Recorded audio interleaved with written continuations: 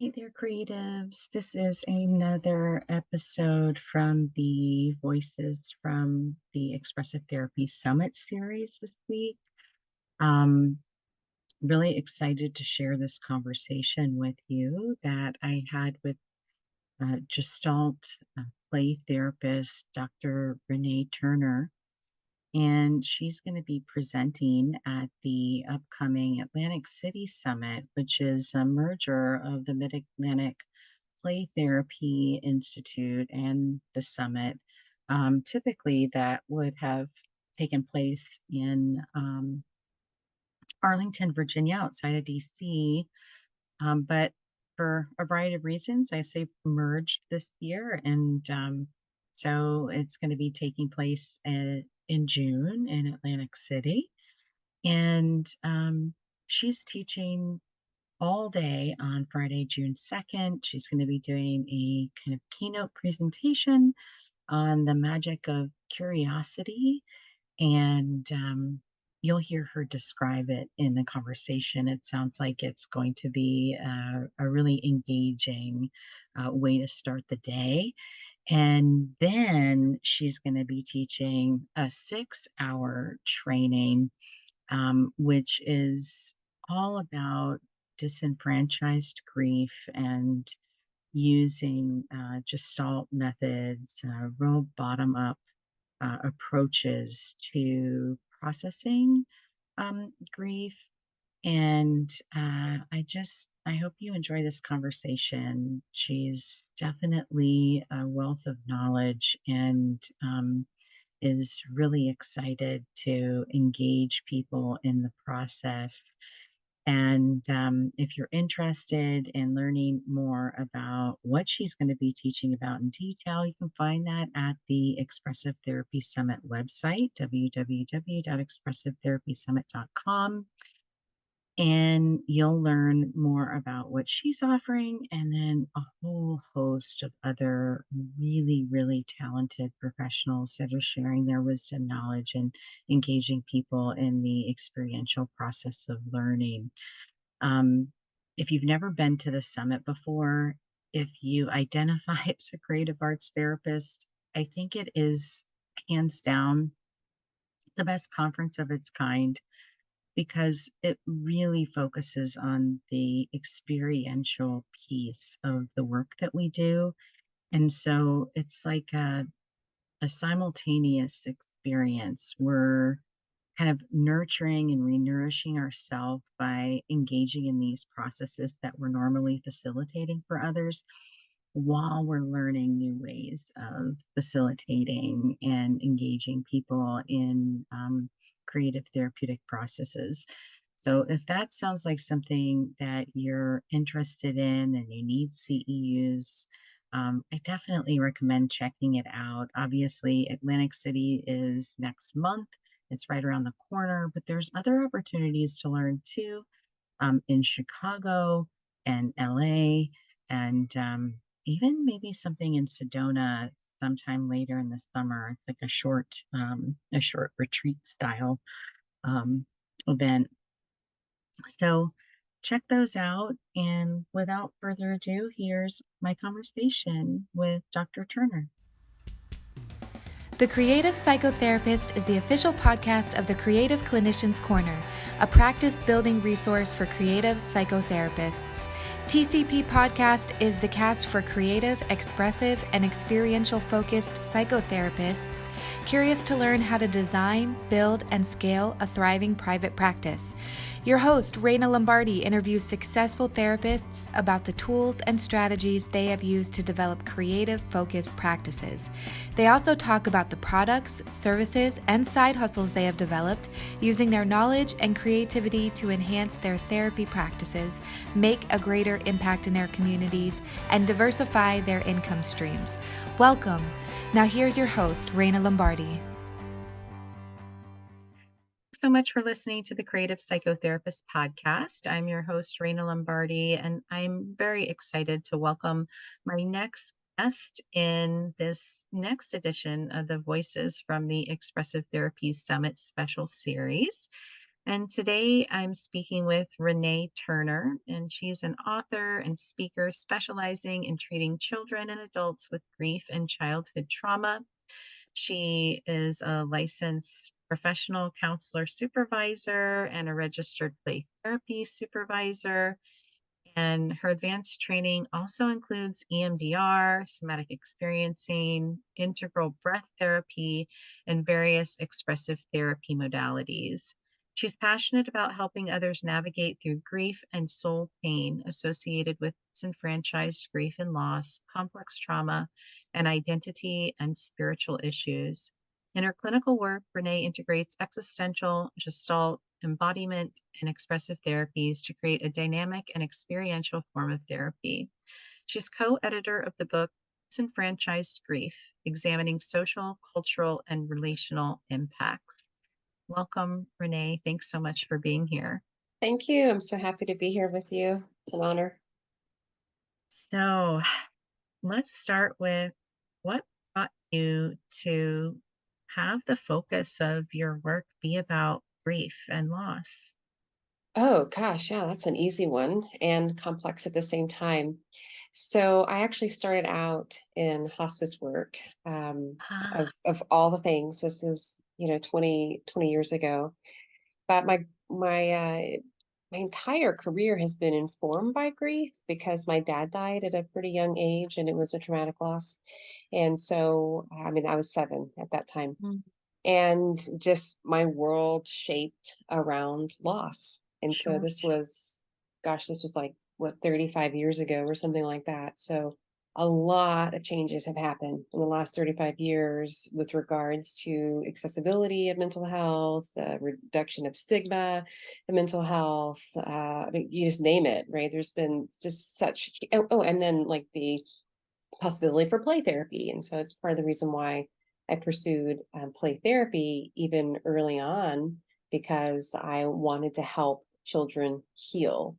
Um, and I work less with kids now because of my schedule, as I have an elementary school kiddo myself, but continue to use play and expressive arts with adults that I work with grief, but now I've expanded. So early on, it was like death loss, and now I have a much more broad awareness of grief from a Mhm. death and a non-death perspective. Yeah. Could you share a little bit by how you define disenfranchised grief? Yeah. So there's an actual definition out there, which was coined in the 80s. And so disenfranchised grief is grief that is marginalized or not allowed to be expressed. And so originally that this was Ken Doka's work. It was originally based around a couple of points. The child or the person was of an age that they couldn't express, and that could actually be an elder or children. The death could have been stigmatized, or the griever was excluded, not acknowledged. There's this part about the relationship not being recognized. So, Mm, like in this one, think about uh, well, it can happen a lot of different ways. One of these might be a step parent dying, and that person isn't allowed to or supported in their grief around their yeah. step parents. Like, well, it wasn't your real parent or your real dad, or they divorced a long time ago, but that doesn't take into account the affinity in the relationship, and just Mhm. around blood relationship. But we've also seen this and continue to with the LGBTQ plus population, and the relationships not being recognized as valid, either valid in Yes. the eyes of the law or just within the society or the family system. And so, where does one turn when their partner 40 years dies, but the folks around them don't support them in this loss? So this is disenfranchised grief, and it looks a lot of different ways. And my colleague and I, Sarah Stoffer, we just completed a disenfranchised book, and that comes out in July. And we added to that category disenfranchised grief through social, cultural, and relational oppression and marginalization. because we viewed that as distinctly different categories from what was initially proposed by Kendoka, and one that we really saw highlighted, not that it hasn't been present, it's been present for a long time, but really saw highlighted in the past few years with social change and social awareness. And so it's just a really big complex thing. And I think about that um, all grief or all trauma has grief like Sure. associated with it. I mean, not all grief Absolutely. has trauma, but all trauma has grief because the way that we understand ourselves fundamentally is different. The world changes. There's these shattered assumptions. People show themselves, and then we're bound by these social constructs and bound by our family system on how we grieve and what that looks like and how long we grieve. And it, I've just by helping folks through death and non-death losses over the last 2 decades.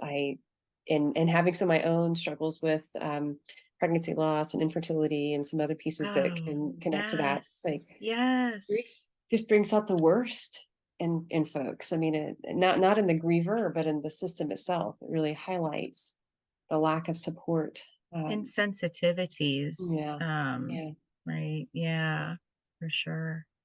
Wow. It sounds like it's going to be a really valuable contribution to the profession yeah. We in hope so.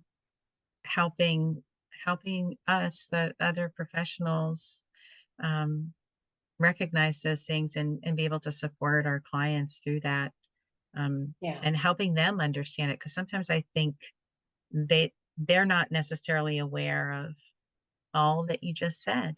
Well, that's right. You know, when a system doesn't allow for something to be true, then it can't be true. And so we begin as clinicians to help our clients make contact. I come from a Gestalt perspective. So make contact with some of these really pushed down, repressed, unaware parts and feelings and everything else. And, you know, of course, that has pros and cons that can it can be pretty disruptive to the individual and to the family system. But my gosh, the opportunity to integrate losses and to integrate parts of yourselves that were lost because of the loss or as a Mhm. secondary loss. Because I do find that working through with clients with the secondary losses is, and this includes my work with children, that their secondary losses are far larger than, the primary loss or the reason why they came in. Right.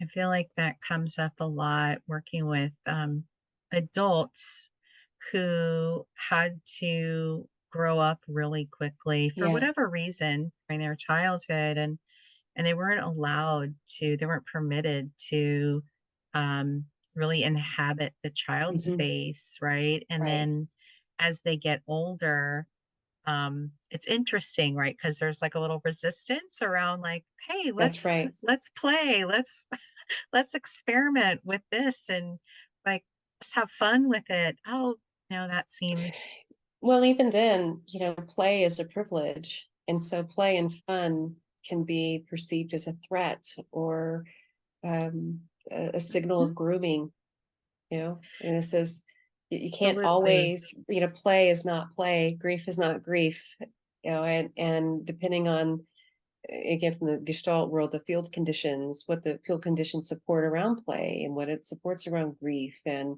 normalizing all of these experiences is so incredibly important.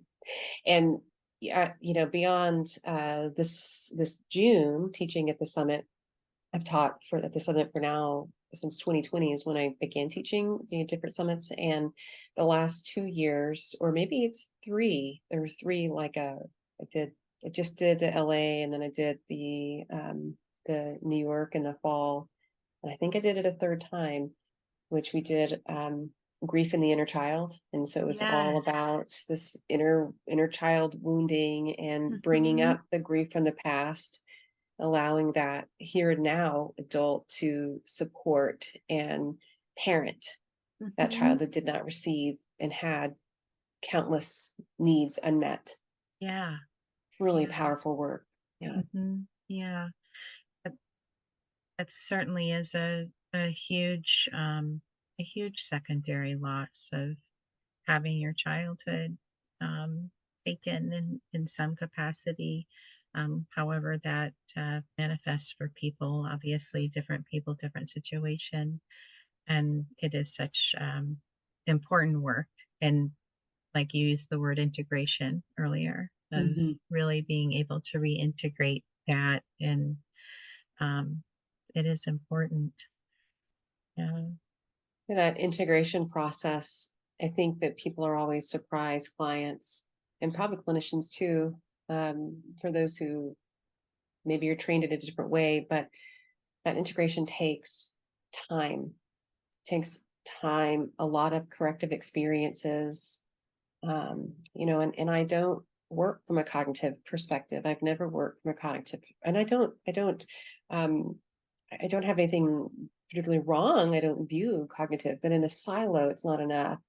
And so, if, from a Gestalt perspective, we think about sensations and emotions and relationships in the field, and in cognition or intellect is part of that, but it's just Hmm. one part of the greater whole.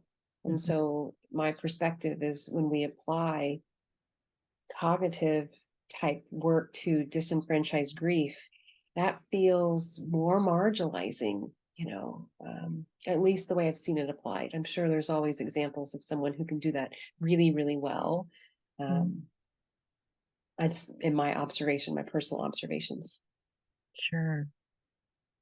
I could see how it might be a hard connection, to just focus on the cognition, Yeah, and not really attend to the felt sense of it all. right. The what's going on inside our body is giving us so many messages, Hmm.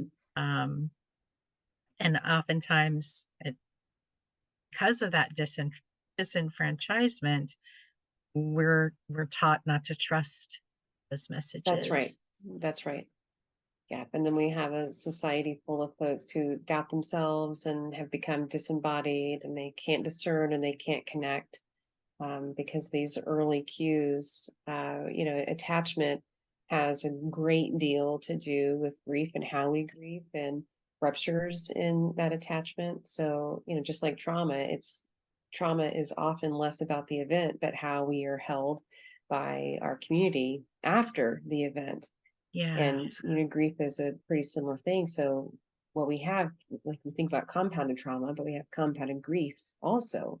So it's a rupture wound after rupture wound after rupture wound, and an inability at a certain point, we just lose parts of ourselves. Like I can't trust other people. I can't trust myself. I can't trust my own intuition, um, which is very disorganizing. Yeah. What that certainly makes it difficult to operate in the world, when there's a lack of trust.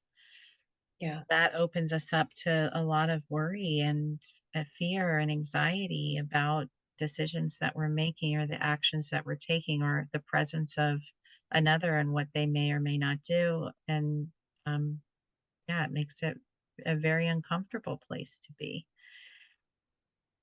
Yeah, so think about like this concept of disenfranchised grief from oppression and marginalization standpoint.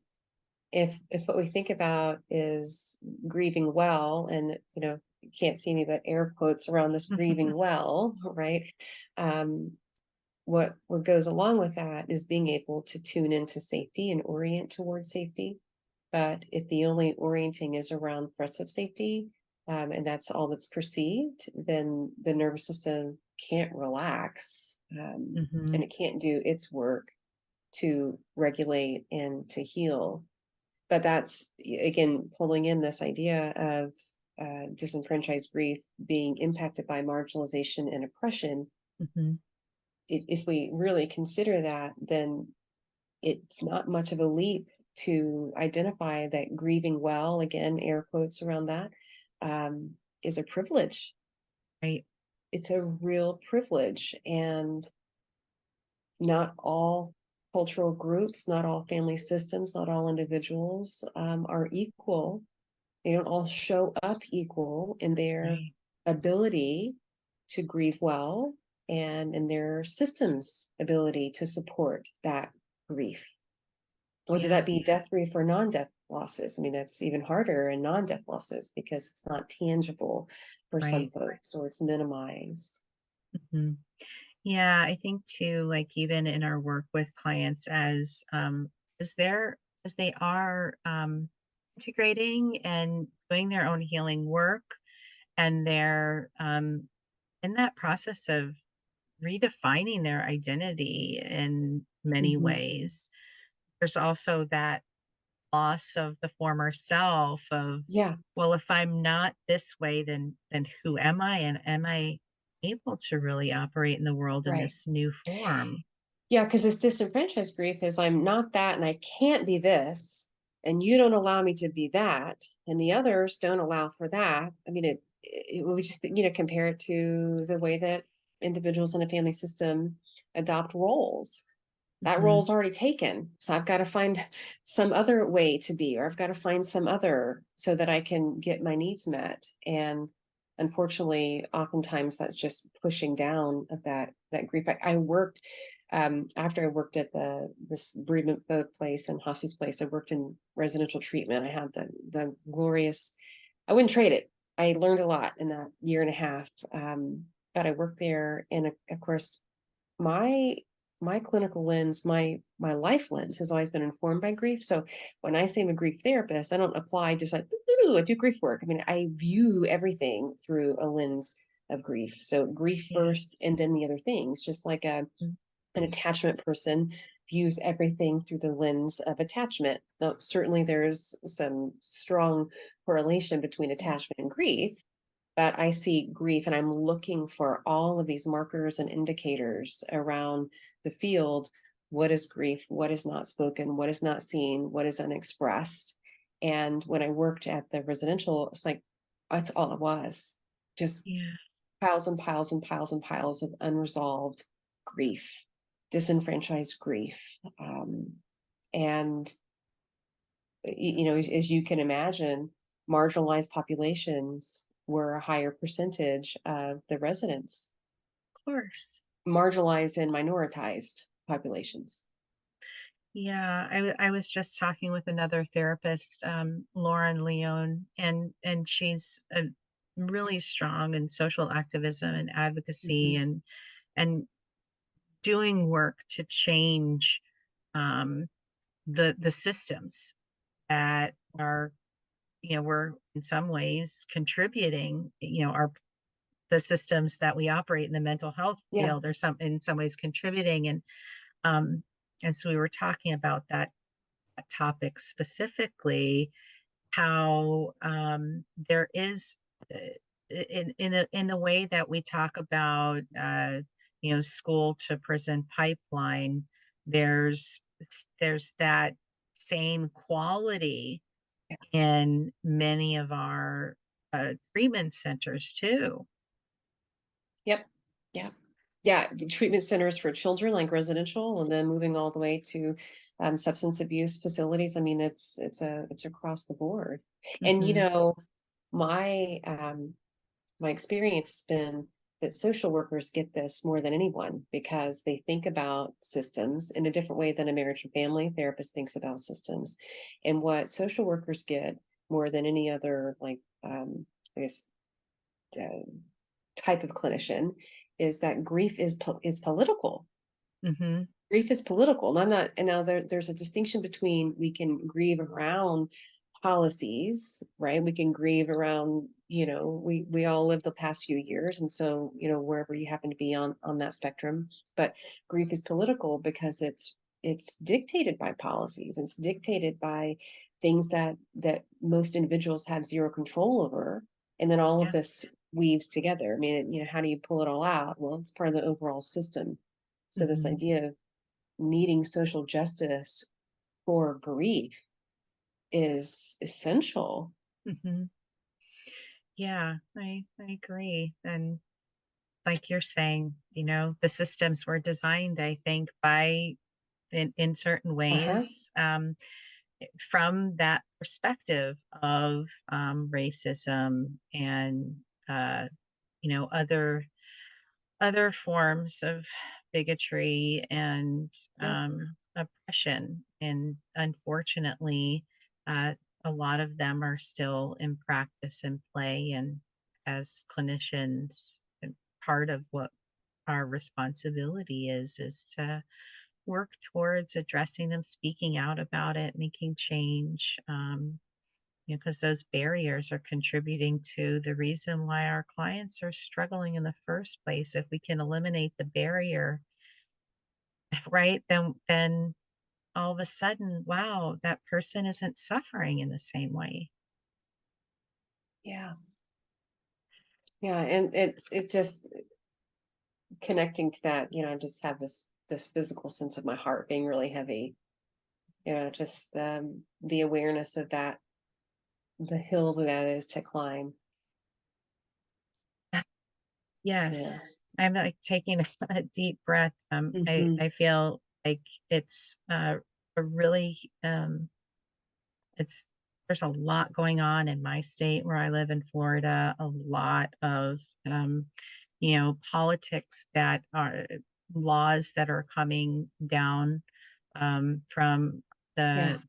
the powers that be that are preventing even social work professors from talking about these topics in their classroom. Um, And so that, thinking about all the content. So when Sarah and I were putting together the chapters for this book, we tried to hit a lot of things, and we introduced like the family system, because that's not always talked about. Grief is often talked about as like a individual experience. And so we did like some social barriers and biracial families. I mean, it's just really dynamic, the content, but we just couldn't fit everything in there. sure. And one of the things that we have in mind is, given our schedules and pulling things together, I'll have to give you a little bit of insight about how long this book took to come into fruition in just a minute. But one of the things is this idea of us as healers and the disenfranchisement that we experience, and the disempowering feeling that we experience by being shackled by policies and things that are actively coming after not only our clients are and our, I mean, I live in Texas, so we're not quite to Florida yet, but I'm not going to pick either of these places. if Right. I were starting over, it wouldn't be either.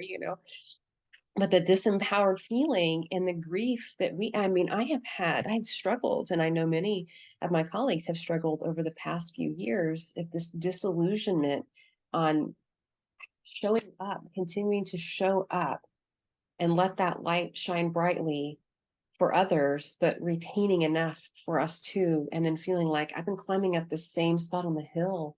I mean, that's our own grief that we share. And Right. to not acknowledge that, I think really sets us up for a lot of failure.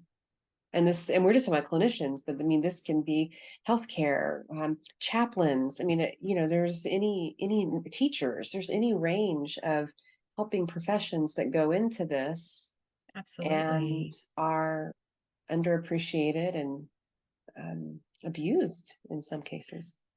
Yeah, I think that just thinking when you said teachers, I'm thinking about all the many teachers that we've lost in past few years.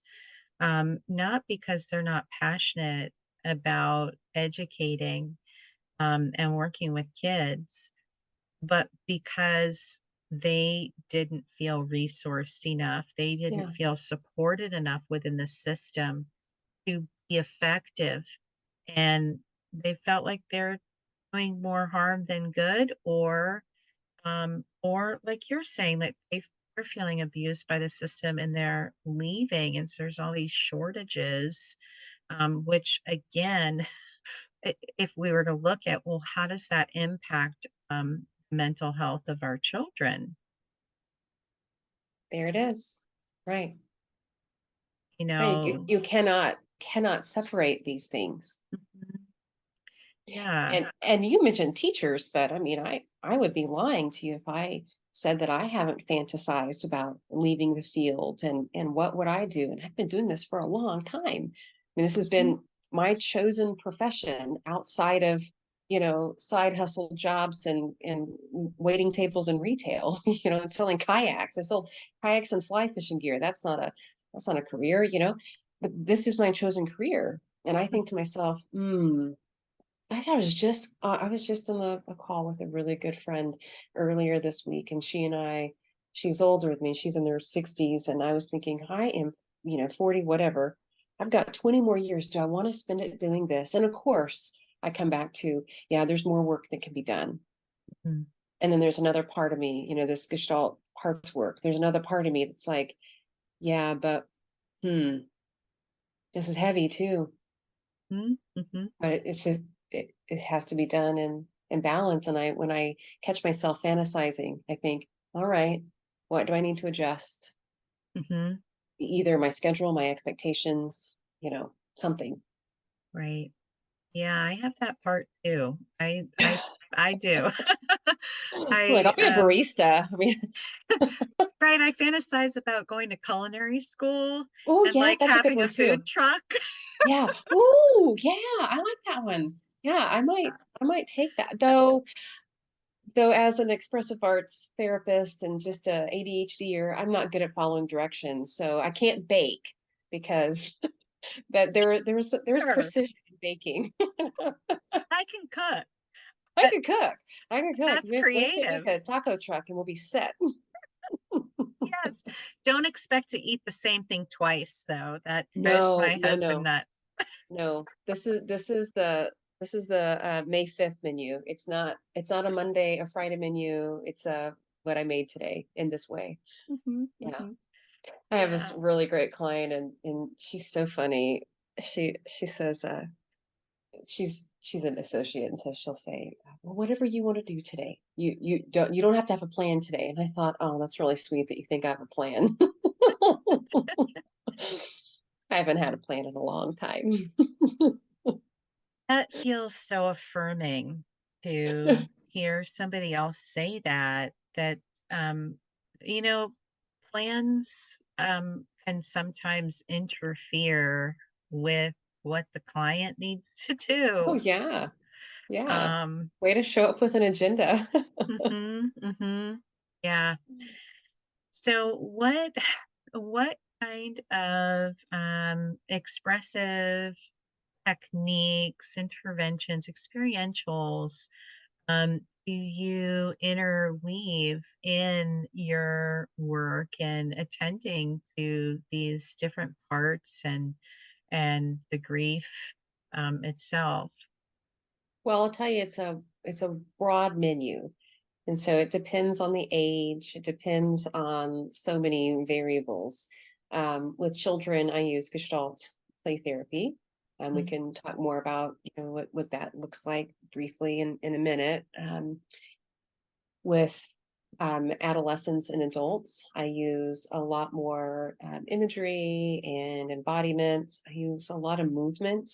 One of mm, the things around Gestalt is the movement is different. It's not, what some might think of like big movement, like getting up and move and dancing. So I'm not a dance movement therapist, not that kind of like large, mhm, motor movement, but just moving into leaning, stretching, following the impulse. And so, one of the things that we do in Gestalt is just to locate that in the body. So, you might talk about, I might ask you a question like, with this work in particular, what's not been spoken, what's not been expressed, because from a disenfranchised perspective, people come in knowing what they're aware of. But part of what we're after from a disenfranchised perspective is what part isn't in the awareness. And so what hasn't been spoken, what hasn't been seen, and what's helping folks connect to that. And sometimes that's through sand tray. I will put anything I can throw at it to get folks. Sometimes it's image. I use a lot of oracle cards or like art cards. Um, I mean, anything at my disposal, really. My desk has all sorts of things. It might be drawing it, symbol, whatever. But part of this movement, getting back to that, is if someone says, I just feel this, where do you feel that thing unspoken? I feel it here in my chest and I'm touching my collarbone.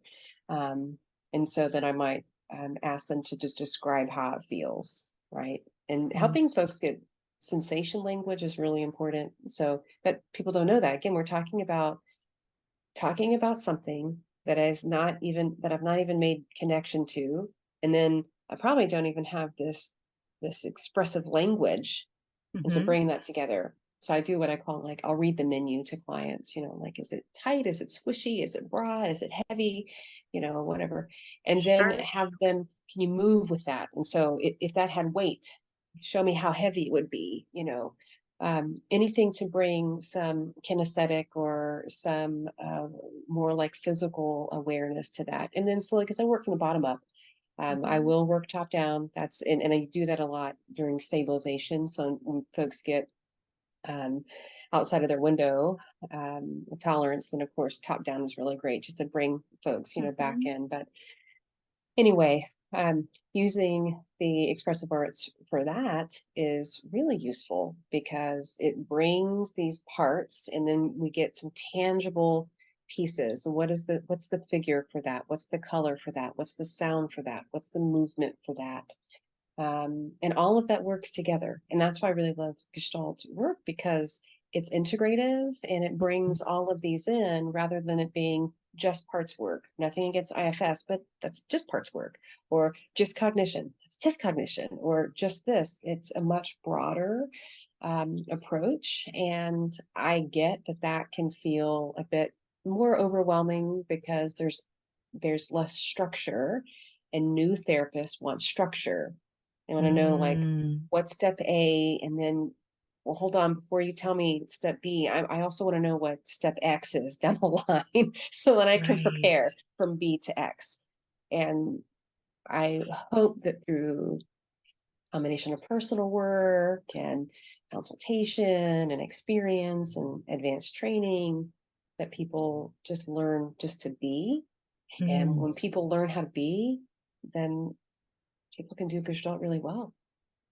There's so much to what you're saying there. I think that the rationale for the structure sometimes comes from the place of disenfranchisement within the field as a result of Yeah, the medical model itself. yeah, That I do a lot of supervision too. I see you probably do a lot of supervision yeah. too. And there is that sense of like, well, I have to write, how do I document this? I have to like show Sure, that I'm doing this sure. work. And that comes into that part of fear, part of It not does. having the structure right, and just allowing for the process to flow as it will naturally flow. Um and gosh, therapy is not a linear It's process. not, but drawing back in this idea of discrimination and oppression and marginalization, I think it's much easier for me as a light-skinned, able-bodied, cisgender female to say that I who does not take insurance, Hmm. that I don't need to have a structure.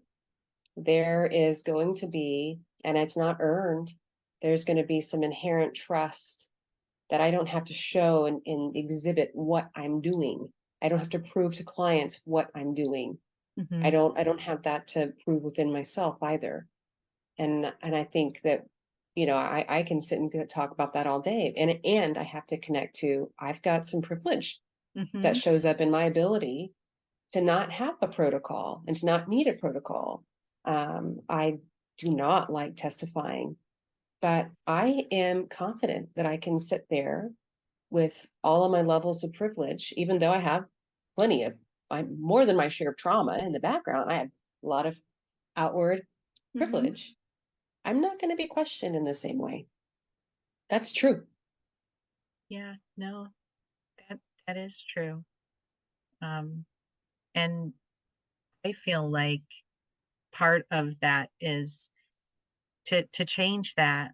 We have to work towards changing Hmm. that whole system, um, because it's set up for for us to fail with that model, with the highly structured, Yeah. um, eh, let's write all these treatment goals, that the client has no idea what the heck is on that paper, and they're like, Oh, "Okay, I'll yeah, sign on yeah, that. Okay, we're doing that. I don't know what that means, but okay, right. that's what you they Gosh, were." yeah, I mean, talk about being disenfranchised and like, I don't even really get an active say in my own treatment.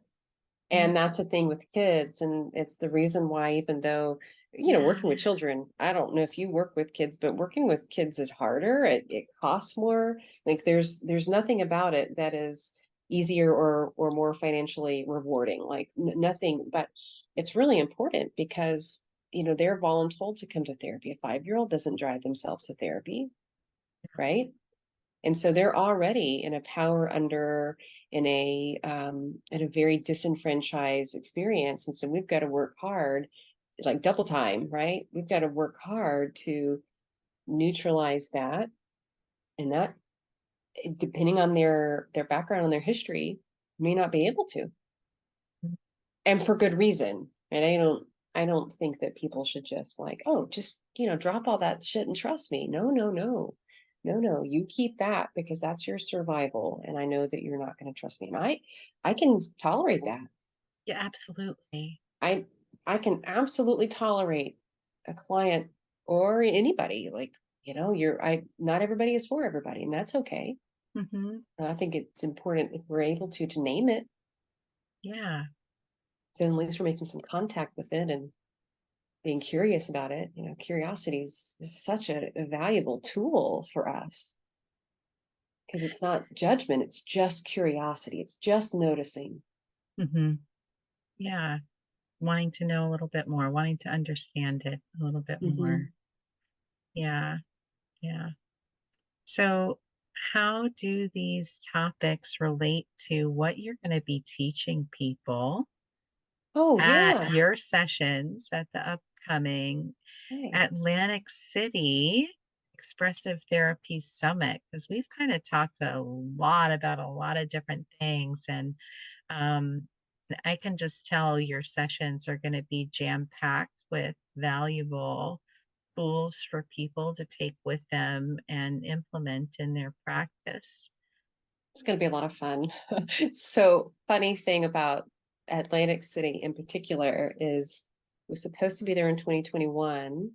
And Mhm. then, it's like, we're not ready for that. And so then it was virtual. And then, this finally, after 2 years, I'm showing up at this particular, well, the Mid Atlantic Play Therapy Conference and Mhm. the expressive therapies have merged together for reasons that are obvious. But anyway, so I was initially invited after my Gestalt play therapy. So last year, let me back up. Last year at the Mid Atlantic Play Therapy Conference, I did a full day on the expressive therapies continuum and Mhm. Gestalt and the intersection between those and how Gestalt is a really amazing tool in complement to the expressive therapies continuum. And so I was really honored that Barry asked me to come back as a keynote, one of the keynotes for this year. And, he basically gave me free reign to do whatever, but we want something Gestalt because we haven't had that. And I was like, I have an opportunity to show up with Gestalt. So this sounds really good to me. So I'll talk with Exciting. them. It is because one of the things that I have observed, and maybe it's just my own phenomenological observation, but that folks are coming to me more and more for Gestalt training. And I Mm. think that's because this is a story I tell myself. I don't have any evidence about this at all. So the story I tell myself is that the reason why that's happening is that as a field, folks feel really comfortable with the basics, but they're wanting something more. They're wanting Yes. something that feels a bit more relational Mhm. and engaging than perhaps like a person-centered approach. Nothing wrong with person-centered again, no Mhm. knock on that at all. But that's my observation story I tell myself is people like, I was trained in that, but I'm looking for something a bit more. And so what we're going to do for this hour is so I'll tell you the title. It's The Magic of Curiosity, Facilitating Relational Embodiment with Gestalt Mm. Play Therapy. And I wanted to pull out all the keywords that I love about Gestalt and put them in this title. And I've actually spent more time on the title than I have the presentation, at this point. But look, I got to get these words. The just real quickly, the stereotype, and this came from Fritz Perls, as of a Gestalt as an individualistic, somewhat aggressive form of therapy. And he really was a genius, but he wasn't relational at all. Mhm. His wife, then later ex-wife, Laura Perls, and many others brought in this relational component that has brought so much um, dynamic attunement to the relational field of Gestalt. And so it's just 1 hour, but we're going to spend time.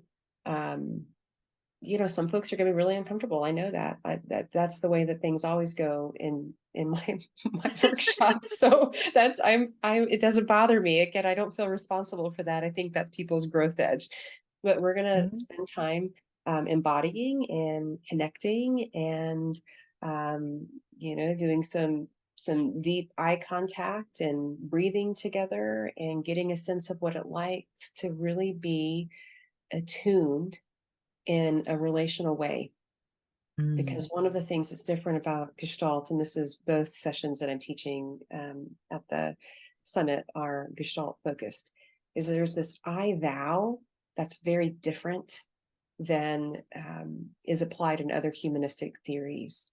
So in the I thou, there's ironically an opportunity for the we to emerge. So there's I'm in session, you're in session, and then together we're co-creating Yeah. this experience. And one of the key differences, just from a therapist perspective, is that the therapist is um, not just allowed, but encouraged to be an equal participant in developing what comes out in sessions. So from a play therapist perspective, there's this division in the field. People think, is it directive or non-directive? And I think about Gestalt as being semi-directive, because it truly is about what's emerging in the moment, what's Mhm. unfolding and bubbling up right then. It's not necessarily planned. There can be some loose plans around, like an experiment that you might Mhm. know that term from Gestalt.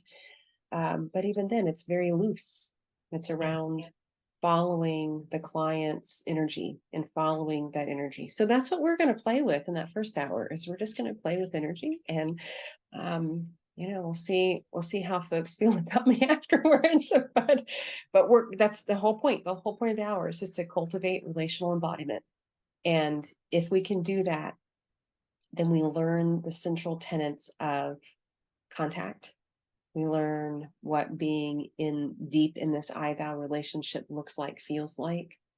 Mhm. Um, and then what I tell folks in workshops or supervisees is, once you get that, you don't have to think about what you're going to do, Right. because you'll have a deeper felt sense, a resonance, and you'll just know. Mhm. At least you'll have a sense of the direction, right? It's not like, oh, I know we're doing this. It's an experiment. Oh, we're not doing that. Okay. I misread the field. You're not ready. You don't make contact. All that. Fine. Yeah. So that's the first hour. Um, and then the second hour is about grief. Or the second hour. No, Well, it's a it's full a day. full day. Yeah. So I'm teaching 7 hours that day. I will have plenty of sleep the night before, no Tropicana gambling, board walking for me. And I will get a good night's sleep. And then I will move into a full day, 6 hour. And that one is called Claiming Lost Parts Using Gestalt Play Therapy to Address Disenfranchised Grief. So, of course, we'll Oh. get into a lot of the things we've already talked about. Um, but, we'll also do a dive into shame and attachment and unmet needs, and Gestalt's version of parts. So parts work has been a part of Gestalt forever. But it's an integrated part. And so we'll be playing with those things. And there is a note there, as there is. That's why I really love all of the summits, because experiential engagements are encouraged. And so a little note like this could be activating. You Oh, manage your own things. I yes. mean, and that's the thing is when we're really bringing ourselves into the room and we're Mhm. sharpening who we are as people, real things come up. Oh, hands down. Hands down. I just hosted 2 wonderful art therapists at my practice this past weekend. We had a 3-day mandala training, Oh yeah. Yeah. and it was wonderful. And I think every single person Yeah. in the process, like at the end, after on the 3rd day, we kind of go over all the work that we've created. I think every person, it brought up something that was very real and true and authentic, and Hmm. I think it calls up this reminder of our work on ourselves is a ongoing process. There's Yeah. no finish line. No, This no, no. idea of like, okay, I'm healed. I'm using quotation marks because I don't think that that's like really an end destination. I think it is a journey It's that an we're going endless through. spiral inward. Yes, yes. But you're right. Yeah, we have to take care of ourselves and know, particularly because if there's recent grief, Yeah. that could be really. Well, and even if there's not recent grief, here's the thing about the surprise impact of disenfranchised grief, as I've heard sit on my couch over and over and over and over, is like, I didn't expect that to come up. That's Mhm, not what I thought, mhm. or gosh, I thought I was. I, I heard one client use these words. I was under the impression that I was through with that. I was under Oh the impression gosh, that I was through with that. I'm like, well, our I narrative don't. is our narrative, and it can change and adjust, but until you're dead, I don't think you're done with it. Mhm. Yeah, I've definitely said that myself more than once. Like, "What? Like, why is that coming back again?" Okay. Yeah. It needs more attention. It needs to be attended to. I give clients the example because this is how I think about it for myself. It's like a shadow, depending on where you're standing facing the sun, you may not see your shadow at all. And then other times it's like as long, I mean, it's, 100-foot shadow. It's Oh, all you can see. And then sometimes it's just beside you, but it's always there. It's just depending on how you're standing. I Yeah. love that metaphor. It's a really great way of making it tangible. Yeah. And then, the metaphor is not lost on me on that being our shadow parts. Yes, very clearly. Mhm. Yeah. It sounds like, it's gonna be an amazing experience for Oh, yeah, I think those who so. participate and, walk away with, a lot of great, information and practices to bring back and put into action within their own, work. I think that's one of my favorite aspects of the, everything that I've ever taken at the summit Oh, yeah. is I have gems that I still use all the time Yeah. that I learned there, from Yeah. so many talented and, gifted, clinicians from all over. It's really an excellent program. It is. And, I'll be honest, sometimes I struggle at other conferences to find something I want to attend. And with this conference, it's more like, okay, well, what can I get in this time? Because it's not one discipline. It's like I can learn from art therapists and drama therapists and dance movement therapists. And I mean, like, all that's my wheelhouse. So just the excitement that I feel by Mhm. having such a wide variety. Ah, so good. It's exciting So and good. it's a Yeah. little bit frustrating when you're trying to pick out, your day Right. because you're like, oh, these things are in competition with one another and I They want them are. both. That's right. That's right. So I'll just have to come again.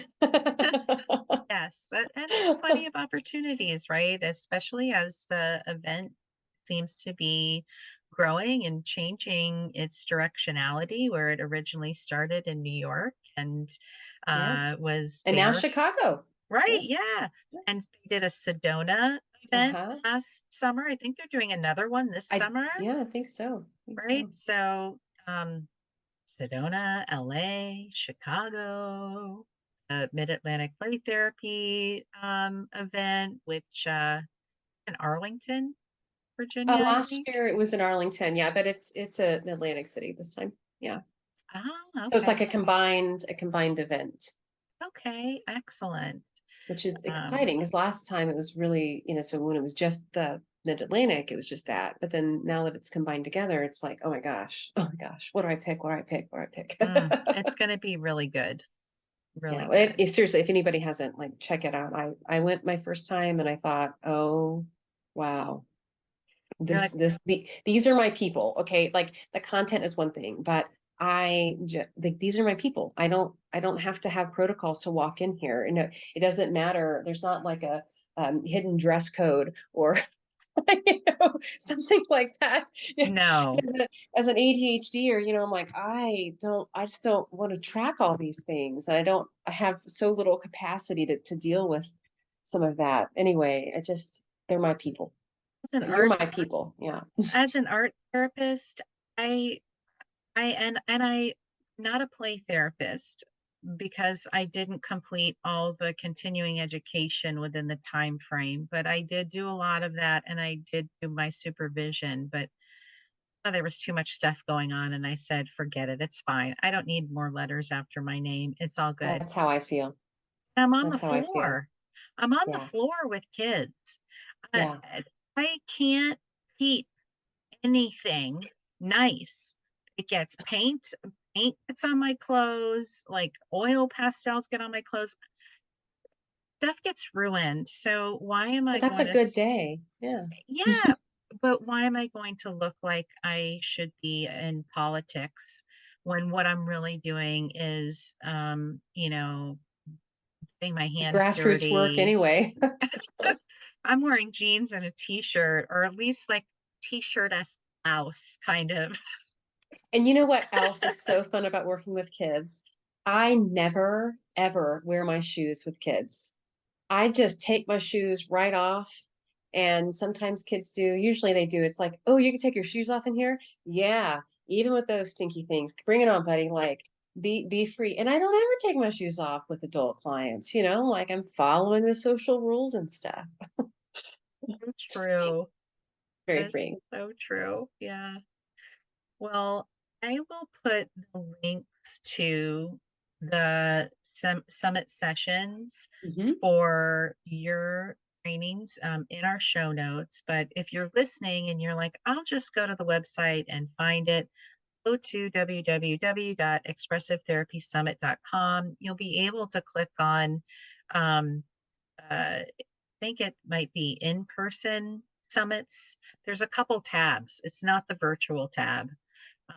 You'll be able to find it. Look for Atlantic City. You'll be able to find Dr. Turner's presentations there, along with a whole host of other amazing opportunities to train with really brilliant uh, therapists at the top of their game and learn hands-on things that you can take that are practical and powerful and you'll be able to take and make a difference in the work that you're doing.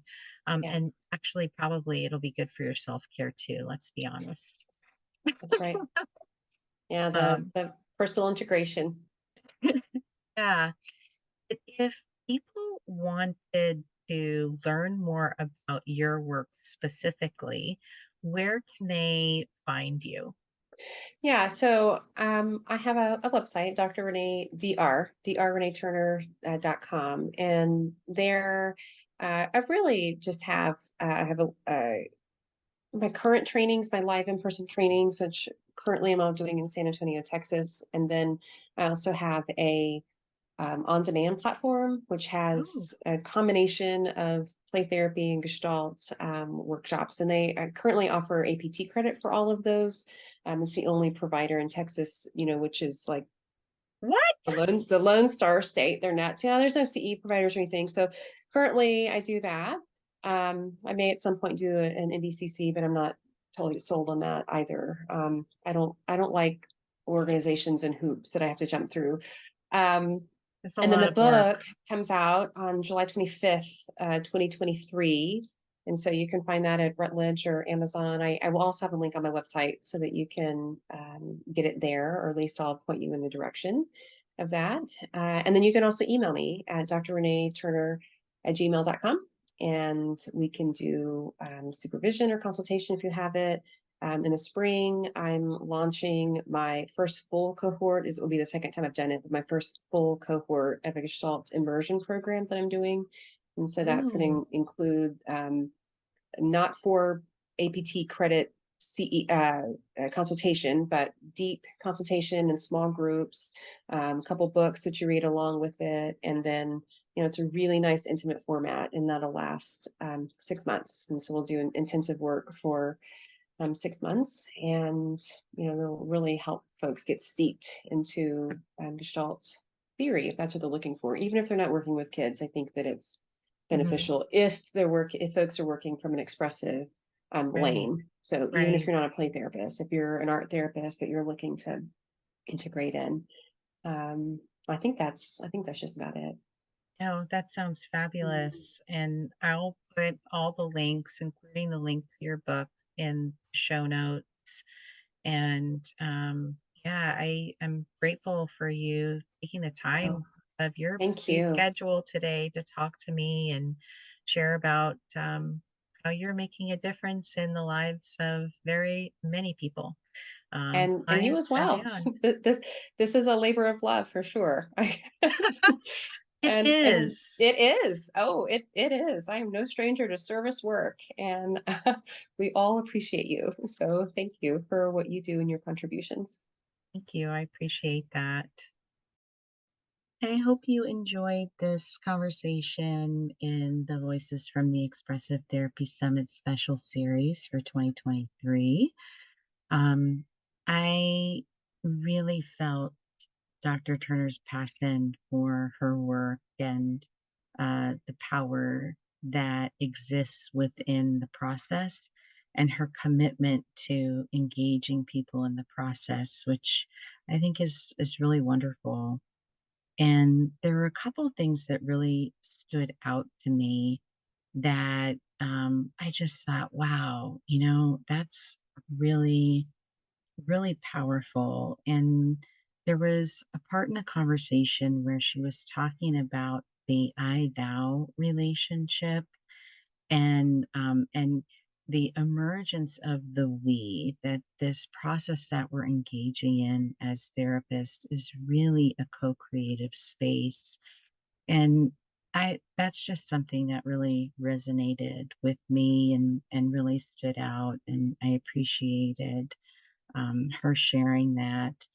And if you're interested in learning more from her or any of the other talented therapists that are going to be teaching at the Atlantic City event, you can find more about her work and what she's going to be teaching at there, and more about the other options for learning at www.expressivetherapiesummit.com. And there you can click on the in person event, and you'll find options to look at what's being offered in Atlantic City or Chicago. And highly recommend you check it out if you haven't gone to one of the summits already. Um, then you're missing out, really. It's a really wonderful opportunity for engaging yourself in the process that normally you're facilitating. And sometimes I think, as arts based therapists, um, we kind of get away from engaging in the process for ourselves. And it's such an important part of our work is to be continually engaging in those processes ourselves. And this is really a beautiful opportunity to do that, to really kind of refuel and renourish. Every time that I've attended the summit, I always leave so inspired and refueled and with tools that I can actually apply on an everyday basis in the work that I do. And I've been using some of the things that I've learned from other therapists going back from sessions I took 10 years ago. They're that impactful. So definitely check it out. And I appreciate your listenership. And I hope you all have a great day. And I'll talk to you next time.